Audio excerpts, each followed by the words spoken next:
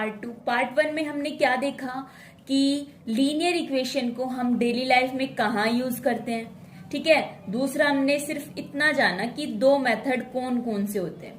चलो अब यहाँ बुक से देख लेते हैं, बुक क्या कह रही है हमारे पास। इंट्रोडक्शन देखते हैं, बुक क्या कह रही है। Akhila went to a fair in her village. Akhila अपने गांव के एक मेले में गई। वो एक राइड को एंजॉय करना चाहती है ऑन दी जेंट व्हील। ठीक है, और वो क्या खेलना चाहती है, होपला। होपला क्या होता है, एक गेम, ये एक ऐसा गेम है जिसके अंदर you throw a ring on the item kept in a store and if the ring cover all the object completely. अरे वो वाला गेम नहीं होता क्या, एक रिंग होती है, जिस भी ऑब्जेक्ट के ऊपर वो रिंग जाएगी वो ऑब्जेक्ट तुम्हारा हो जाएगा। ठीक है, अब देखना, the number of time she play hoopla is half the number of the ride.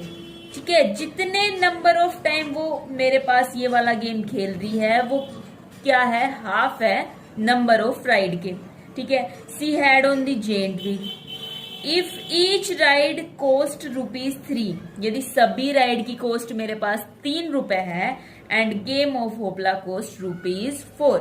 Ride की कोस्ट ₹3 है, गेम की कोस्ट ₹4 है। How would you find out the number of rides. आप कैसे फाइंड करोगे कि उसने कितनी तो राइड्स ली और कितने टाइम वो ये गेम खेली है। प्रोवाइडेड सी स्पेंड ₹20। ठीक है, उसने टोटल 20 ही रुपए खर्च किए। तो इसको देखो ध्यान से। अब देखो, क्या मैं ये बोल सकती हूँ x is equals to y by 2 and 4x plus 3y is equals to 20। अब कहोगे ये कहां से आ गया, बिल्कुल कहोगे क्योंकि ये सब नया लग रहा है। अब देखो, मैंने मान लिया कि लेट दी नंबर ऑफ, अब देखो नंबर ऑफ सी प्लेड कौन सा hoopla game, x time. Number of time she had giant wheel, वो कितना मान लिया मैंने, y। अपनी तरफ से लेट तो कर सकती हूँ ना, x मान लिया y मान लिया, मेरे को नहीं पता कितना है। फिर ये वाली लाइन देखो, the number of time she play hoopla is half the number of ride. ठीक है, जितने टाइम वो ये होपला गेम खेल रही है ना वो हाफ है किसके, नंबर ऑफ राइड्स। जितनी वो राइड ले रही है उससे आधे टाइम वो क्या कर रही है, ये गेम खेल रही है। जितनी वो राइड ले रही है उससे आधे टाइम वो ये गेम खेल रही है। ठीक है, ये गेम कितना है, x है, और जेंट व्हील पे कितना लिया उसने, आधा लिया। ठीक है, इस गेम का आधा लिया। होपला गेम किसके इक्वल है, half of the giant wheel. ठीक है, वही चीज लिखी है, half of the giant wheel. Y मेरे पास क्या है, जेंट व्हील है। ठीक है, फिर कह रहा है each ride cost ₹3 and the game of hoopla cost कितनी है, 4 है।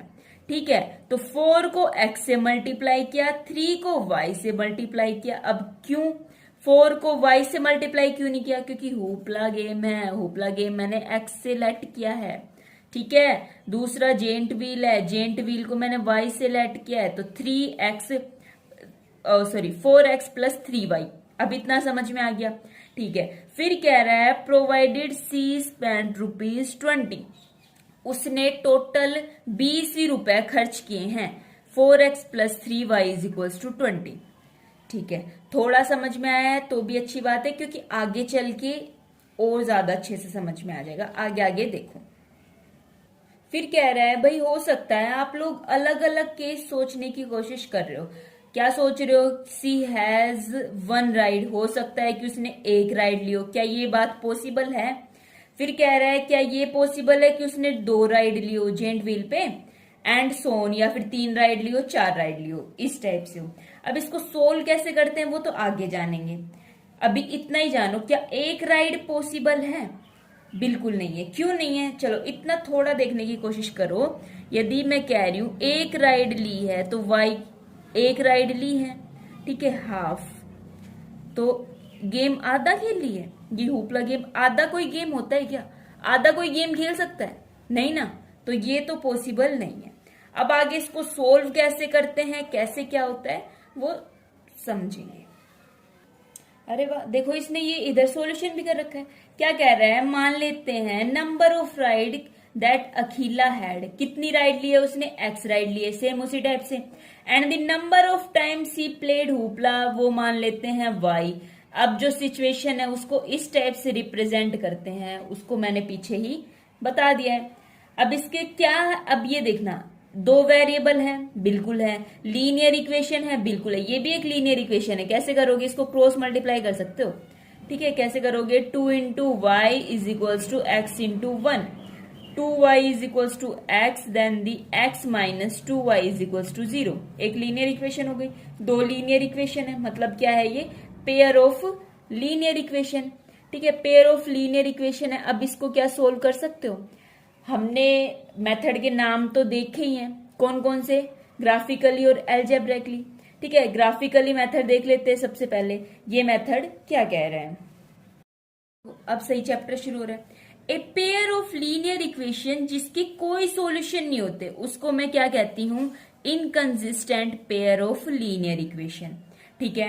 फिर ए pair of linear equation two variable के अंदर जो विच हैज ए सॉल्यूशन, उसको मैं क्या कह रही हूं, consistent pair of linear equation, ठीक है, बिल्कुल ठीक। A pair of linear equation which are equivalent has the infinitely many distinct common solution, उसको मैं क्या कह रही हूं, dependent pair of linear equation in two variable. बिल्कुल अभी अच्छे से समझ में नहीं आ रहा होगा, कोई बात नहीं, धीरे धीरे वेट करो, सब समझ में आएगा। इतना देख लो बस कि नो सॉल्यूशन है तो वो इनकंसिस्टेंट पेयर है, ठीक है। विच हैज सॉल्यूशन, जिसके पास सॉल्यूशन है वो कंसिस्टेंट पेयर है। इतनी बात समझ में आई, ठीक है। फिलहाल ये दोनों ही बात याद रखो।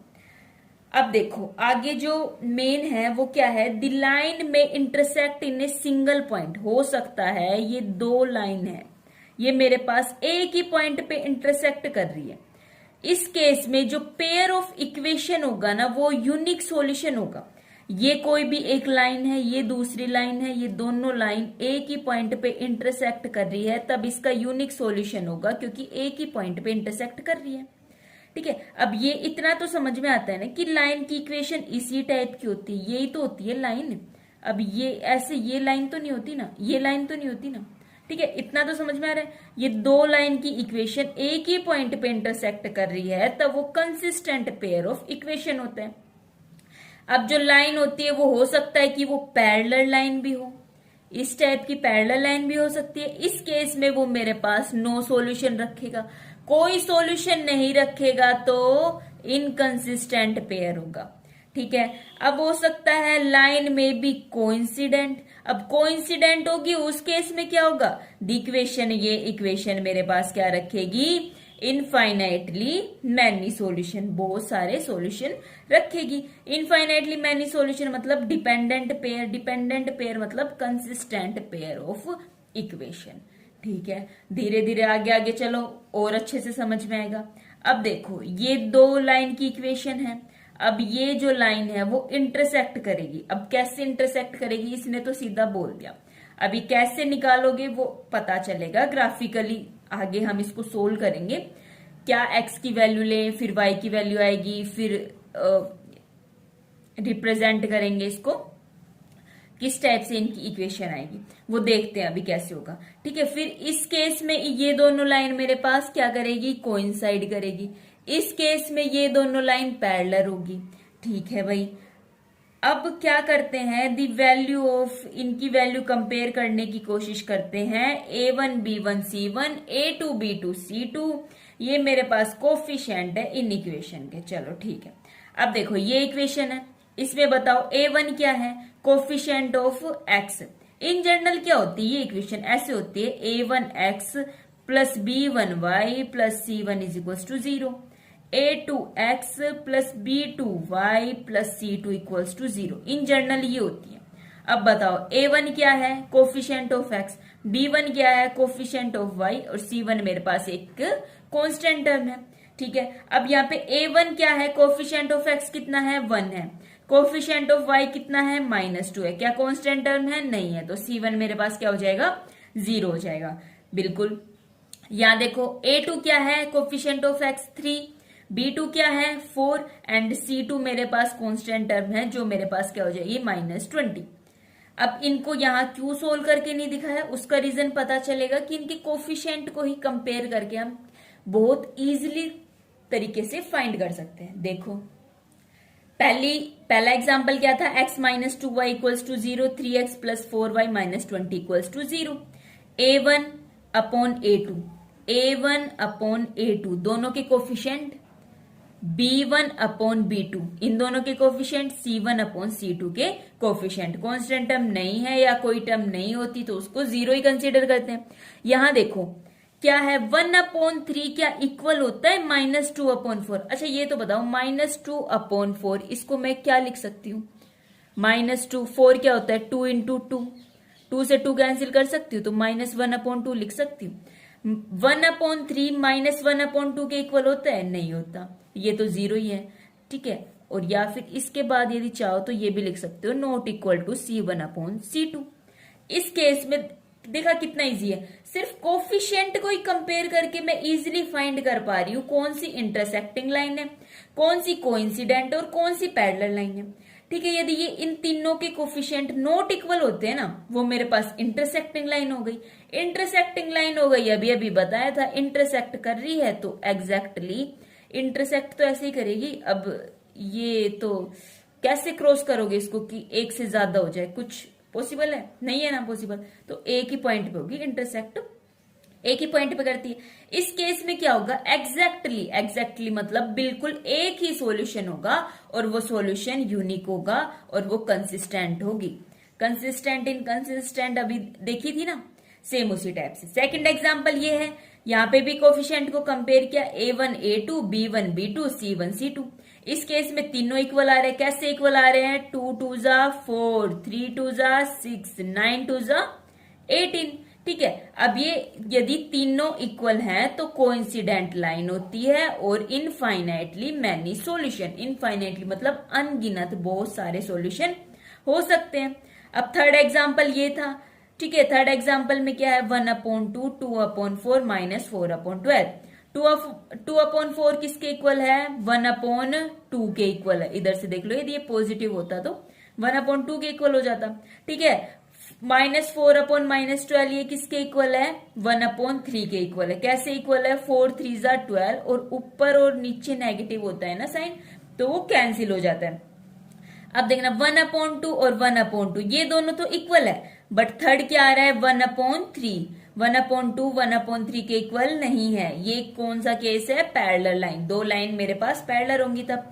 इस केस में कोई सॉल्यूशन फाइंड नहीं कर सकते हम। क्यों नहीं कर सकते, अरे देखो ये इस केस में कोई लाइन कोई सॉल्यूशन फाइंड कर पा रहे हो, ये दोनों कहीं जाके मीट ही नहीं करेंगी, कहीं जाके मिलेंगी ही नहीं, तो सॉल्यूशन कैसे फाइंड करोगे। अच्छा कोइंसिडेंट का मतलब तो समझ पा रहे हो ना, एक लाइन के ऊपर ही दूसरी लाइन, तो इसके अंदर तो बहुत सारे जितने होंगे सारे बहुत सारे सॉल्यूशन हो जाएंगे, ठीक है। अब देखो इस वाली टेबल से हमने क्या ऑब्जर्व किया है कि इन जनरल इसकी इक्वेशन ये होती है, यदि इनकी coefficient not equal intersecting line, तीनों इक्वल तो coincident and parallel line, first two तो इक्वल है and third one not equal है, ठीक है। फिर कह रहे हैं the converse is also true for any pair of line. Converse का मतलब क्या समझ रहे हो, कन्वर्स का मतलब होता क्या है, उल्टा होता है। क्या उल्टा होता है, यदि ये देख लो कोइंसिडेंट, मेरे पास इक्वेशन दी हुई है, इन तीनों की वैल्यू इक्वल है, तो मेरे को बताना है ये कौन सा पेयर होगा, तो क्या मैं बता सकती हूँ इधर से कि ये कौन सा होगा, कोइंसिडेंट लाइन होगी। कौन सी लाइन होंगी, कोइंसिडेंट लाइन होगी। मतलब यदि मेरे पास ये बोल देना कि ये तीनों इक्वल है, तो मेरे को बताना है कि किस टाइप की लाइन होगी, तो मैं बोल सकती हूँ ये कोइंसिडेंट लाइन होगी, ठीक है। और यदि कोइंसिडेंट लाइन बोल दे तो मैं इधर से ये बोल सकती हूँ कि ये तीनों वैल्यू मेरे पास क्या होंगी, इक्वल होंगी, ठीक है भाई। अब कह रहा है कि ग्राफिकली मेथड को समझने की थोड़ी कोशिश करते हैं, एक एग्जांपल देख लेते हैं। क्या है, x plus 3y is equals to 6 and 2x minus 3y is equals to 12। Check करके बताना है कि ये मेरे पास कंसिस्टेंट सॉल्यूशन है या नहीं है, और है तो इसको सोल्व करना है ग्राफिकली। फर्स्ट इक्वेशन ये हो गई, सेकंड इक्वेशन ये हो गई, ठीक है। अब इनके सॉल्यूशन फाइंड करते हैं। अब देखते हैं, पहले ये देख लो कि ये कंसिस्टेंट है, कैसे है, a1/a2 किसके इक्वल है, b1/b2 क्या इक्वल है, बिल्कुल नहीं है। ठीक है, क्या इक्वल है C1/C2 -6 एंड -12, ये कितना हो जाएगा 1/2। 6 2 12, नेगेटिव से नेगेटिव कैंसिल, तो 1/2 हो जाएगा। तो टेबल से देख लो, A1/A2 not equal to B1/B2 consistent solution and intersecting line. अभी देख लेते हैं इंटरसेक्टिंग लाइन होती है नहीं होती, एक सॉल्यूशन होता है या नहीं होता, यहां पता चल जाएगा। अब देखो इक्वेशन मेरे पास ये दोनों इक्वेशन थी, इस इक्वेशन से क्या मैं y की वैल्यू फाइंड कर सकती हूँ? बिल्कुल कर सकती हूँ। कैसे करते हैं y की value find? y is equals to 6 minus x, and ये 3y था ना, x उस साइड जाएगा नेगेटिव हो जाएगा, तो y is equals to 6 minus x/3। Same इसी टाइप से इधर से मैंने y की वैल्यू फाइंड की, x की वैल्यू पुट करूंगी, x की वैल्यू कुछ भी मान सकते हो। अब ये मत बोलना कि इधर 6 ही लिखा है, क्या मैं 1 नहीं लिख सकता, 2 नहीं लिख सकता? भाई बिल्कुल लिख सकते हो। इसने 6 क्यों लिखा है? ताकि ये इजी हो जाए। इजी हो जाए मतलब इजिली 0 वैल्यू आ जाए, इस वजह से लिखा है। आप लिख सकते हो 1 2 3 कुछ भी लिख के देख लो, फिर उस टाइप से आपको बनाना पड़ेगा। ठीक है, अब देखो x की वैल्यू तब मैं 0 रख रही हूं, तो y की वैल्यू कितनी आ रही है 6/3 मतलब 2। x की वैल्यू तब मैं 6 रख रही हूं, तो 6 माइनस 6 0/3 कितनी आ रही है? 0 आ रही है। इस इक्वेशन को देख लो, x की वैल्यू तब मैं 0 रख रही हूं, तो y की वैल्यू कितनी आ रही है -12/13, तो कितनी हो जाएगी -4। -12/3 कितनी हो जाएगी -4, 3 4 12, ठीक है ना। अब x की वैल्यू तब मैं 3 रख रही हूं, तो 2 इंटू 3 -12/3। अब भाई देखो वैल्यू पुट करना तो आना ही चाहिए, वैल्यू पुट करना नहीं आता तो पहले तो वही सीख के आओ। ठीक है, नहीं आता तो मेरे को कमेंट कर देना भाई, मैं शॉर्ट्स बना के एक डाल दूंगी, उधर से देख लेना। ठीक है, 6 माइनस 12 कितना होता है -6/3, -6/3 कितना हो जाएगा -2, 3 2 जा 6 -2। ये प्लस माइनस मत भूल जाना, वरना पूरी ही लाइन की इक्वेशन ही गलत बनेगी। ठीक है, तो इन पॉइंट को रिप्रेजेंट करो। ये मैंने एक्स एक्सिस हो गई ये मेरे पास, ये मेरे पास क्या हो गई मेरी वाई एक्सिस हो गई। पहला पॉइंट है 0 2, एक्स है मेरे पास 0, वाई है मेरे पास 2, इधर आ जाएगा। ठीक है, फिर है एक्स है 6, तो पहले 6 के पास जाओ। ठीक है, वाई है 0, तो यही हो जाएगा। ये तो बताया था ना कि एक्स एक्सिस पे वाई 0 होता है, y equal to 0, y axis पे एक्स इक्वल्स टू 0 होता है। अब देखो 0 और -4, एक्स की वैल्यू तो 0 है, वाई की वैल्यू -4 यहां आ जाएगी। एक्स की वैल्यू 3 है और वाई की वैल्यू कितनी है -2। अब एक्स की वैल्यू 3 है, वाई की वैल्यू -2 है, तो एक्स की वैल्यू 3 है, वाई की वैल्यू -2 इधर हो गई। एक ये लाइन हो गई, एक ये लाइन हो गई। क्या ये लाइन एक से ज्यादा पॉइंट को कट कर रही है? जी नहीं, एक ही पॉइंट को कट कर रही है, तो ये मेरे पास क्या हो जाएगा यूनिक सॉल्यूशन हो जाएगा। ठीक है, वेरी गुड। अगला एग्जांपल देखो, दो इक्वेशन गिवन है 1 एंड 2, इन इक्वेशन को ग्राफिकली सोल्व करना है। अब देखो कैसे करेंगे, ये देखो ये अपॉन की फॉर्म में, मतलब रैशनल नंबर दिख रहे हैं यहाँ, रैशनल नंबर अच्छे से नहीं लग रहे, अच्छे से नहीं लग रहे, तो क्या करेंगे एलसीएम लेंगे। 1 5 और 5 इन तीनों का एलसीएम लेंगे तो कितना आ जाएगा 5 आ जाएगा। 5 को 1 से क्या करना है डिवाइड करना है, फिर 5 को 3 से क्या करना है मल्टीप्लाई करना है, तो क्या आ जाएगा 15x minus 24y plus 3 is equal to 0। Cross multiply करते हैं ना, तो 5 उधर जाएगा तो 0 हो जाएगा। 15x minus 24y plus 3 is equal to क्या हो जाएगा 0 हो जाएगा। ये सेकंड इक्वेशन की बात चल रही है। ठीक है, अब क्या इस इक्वेशन में से मैं 3 कॉमन निकाल सकती हूँ? 3 5 जा 15, 3 8 जा 24, 3 1 जा 3, बिल्कुल निकाल सकते हैं। 3 5 जा 15, 3 8 जा 24 एंड 3 1 जा 3। ठीक है, अब 3 को उस साइड ले जाके मैं कैंसिल कर सकती हूँ, मेरे पास इक्वेशन क्या बच जाएगी, ये इक्वेशन बच जाएगी। एक ये इक्वेशन है, एक ये इक्वेशन है, सेम इसी टाइप से मेरे को पॉइंट लेने हैं, एक्स की वैल्यू लेनी है एंड देन वाई की वैल्यू निकाल के, और फिर ये एक्स एक्सिस और वाई एक्सिस पे पॉइंट रिप्रेजेंट करने हैं, फिर देखना है कि क्या आएगा। ये कह रहा है इसके इनफाइनाइटली मैनी सॉल्यूशन आएंगे। अब क्या आएंगे वो आप ट्राई करके देख सकते हो। ठीक है भाई, थर्ड एग्जांपल देखते हैं। थर्ड एग्जांपल कहता है Champa went to a sale to purchase some pant and the skirt. ठीक है भाई, चंपा सेल में गई क्या खरीदने, कुछ पैंट और स्कर्ट खरीदने गई। ठीक है। When her friend ask her how many of each she bought, जब उसकी फ्रेंड ने पूछा कि भाई कितने लेके आई है तू, उसने क्या आंसर दिया कि जो नंबर ऑफ स्कर्ट है ना is two less than the number of the pant purchase, कि जितनी नंबर ऑफ स्कर्ट है वो 2 कम है किससे, जितनी उसने पैंट खरीदी है उससे। ठीक है भाई, एक ये बात बोल दी।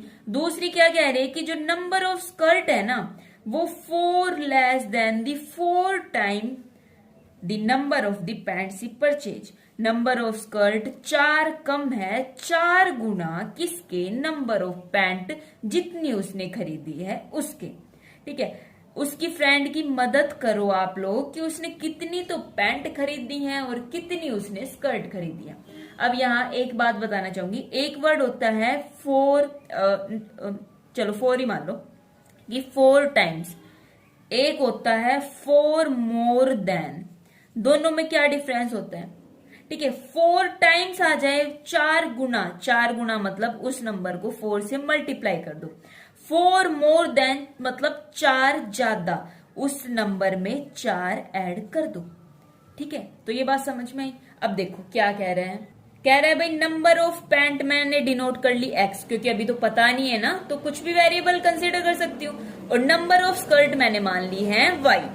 ठीक है, तो मान लेते हैं इक्वेशन किस फॉर्म की आएगी, y is equals to 2x minus 2 and y is equals to 4x minus 4। इसने तो लिख दी, अब समझते हैं इसको कैसे लिखा है। अपनी अपनी बुक खोलो, उसमें क्वेश्चन देखो क्या कह रहा है कि जो नंबर ऑफ स्कर्ट है is 2 less than the twice the number of pant. सबसे पहले नंबर ऑफ पैंट का ट्वाइस करो। ठीक है, फिर क्या कह रहे हैं, नंबर ऑफ स्कर्ट मतलब y is twice the number of pant and the 2 less, लिख सकती हो ना, इस टाइप से लिखा है। ठीक है, फिर कह रहा है कि जो नंबर ऑफ स्कर्ट है वो 4 लेस देन द 4 टाइम, पहले 4 टाइम करो, किसका, पैंट का, निकाल किसके इक्वल है, स्कर्ट के इक्वल है, एंड दी 4 लेस देन। आया समझ में, इस टाइप से कर रखी है दोनों इक्वेशन। अब इन दोनों इक्वेशन को जैसे मैंने फर्स्ट एग्जांपल किया था सेम उसी टाइप से रिप्रेजेंट कर सकती हूँ, बिल्कुल कर सकती हूँ। x की वैल्यू जब मैं 2 ले रही हूं तो y की वैल्यू क्या आ जाएगी, 2 इंटू 2, 4 माइनस 2 क्या हो जाएगा, 2 हो जाएगा।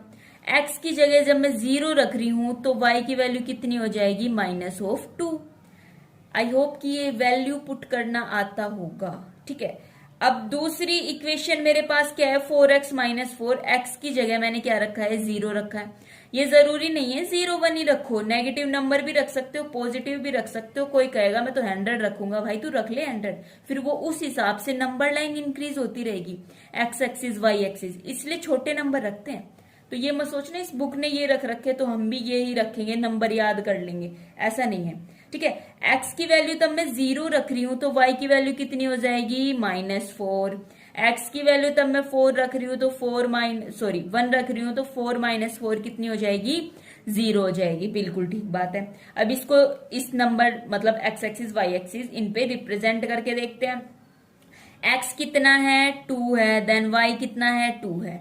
तो सबसे पहले x के पास जाओ, x कितना है, 2 है, y कितना है, 2 है, तो ये कितना हो जाएगा, इधर आ जाएगा ये पॉइंट। अच्छा, क्वाड्रेंट के बारे में मैं थोड़ा एक शॉर्ट्स बना के डाल दूंगी, उसमें जाके चेक कर लेना किधर पॉजिटिव हो रहा है किधर नेगेटिव हो रहा है। फिर है x कितना है, 0 है, y कितना है, -2 है, x 0 है, y -2 है, इधर आ गया, ये b पॉइंट हो गया। फिर x मेरे पास 0 है, y -4 है, x 0 है, x किस लाइन पे 0 होता है, इस लाइन पे 0 होता है, y कितना है, -4 ये रहा, x 0 y -4, ये p पॉइंट आ गया। x की वैल्यू मेरे पास 1 है एंड y की वैल्यू 0 है, तो ये पॉइंट इधर ही हो जाएगा। ठीक है, एक y is equal to 2x minus 2, एक नंबर एक लाइन ये हो गई। दूसरी y is equal to 4x minus 4, एक लाइन मेरे पास ये हो गई। कहाँ जाके मीट हो रही है, एक ही पॉइंट पे मीट कर रही है, एक ही पॉइंट पे मीट कर रही है, तो यूनिक सॉल्यूशन हो गया। ठीक है, तो ये ही चेक करके बताना था इसके अंदर। अरे वो टेबल थी ना, unique solution, 2 line intersect and the consistent. ठीक है, कंसिस्टेंट है या इनकंसिस्टेंट है, तो ये कंसिस्टेंट है। तो वो ही इसके अंदर रिप्रेजेंट करके बताना था। ठीक है भाई, अब देखो एक्स और वाई की वैल्यू अब कैसे निकालेंगे। ठीक है, ग्राफिकली मेथड से एक्स और वाई की वैल्यू निकालनी है। कैसे निकालेंगे, जहां जिस पॉइंट पे लाइन मीट कर रही है ना, वो ही एक्स और वाई की वैल्यू आ जाएगी। जी हाँ, बिल्कुल इतना ही सिंपल। अब देखो एक्स और वाई की वैल्यू कहाँ मीट कर रही है, इस पॉइंट पे मीट कर रही है। ये कौन सा पॉइंट है, 1 और 0। ये देखा 1 और 0, इसका मतलब समझते हो ना, पहली वाली वैल्यू एक्स को रिप्रेजेंट करती है, सेकंड वैल्यू वाई को रिप्रेजेंट करती है, तो एक्स की वैल्यू 1 हो जाएगी, वाई की वैल्यू क्या हो जाएगी, 0 हो जाएगी। ये ही मेरे पास रिक्वायर्ड सॉल्यूशन है किसका, पेयर ऑफ लीनियर इक्वेशन का। दैट इज जो नंबर ऑफ पैंट उसने परचेज की ना, एक पैंट परचेज की, and she did not buy any skirt, और उसने कोई स्कर्ट नहीं ली, अपनी फ्रेंड के वो मजे ले रही थी। ठीक है, ठीक है। तो भाई अब पार्ट 2 में पार्ट 3 है ना, 2 हो चुका ना, अब ये पार्ट 3 आएगा।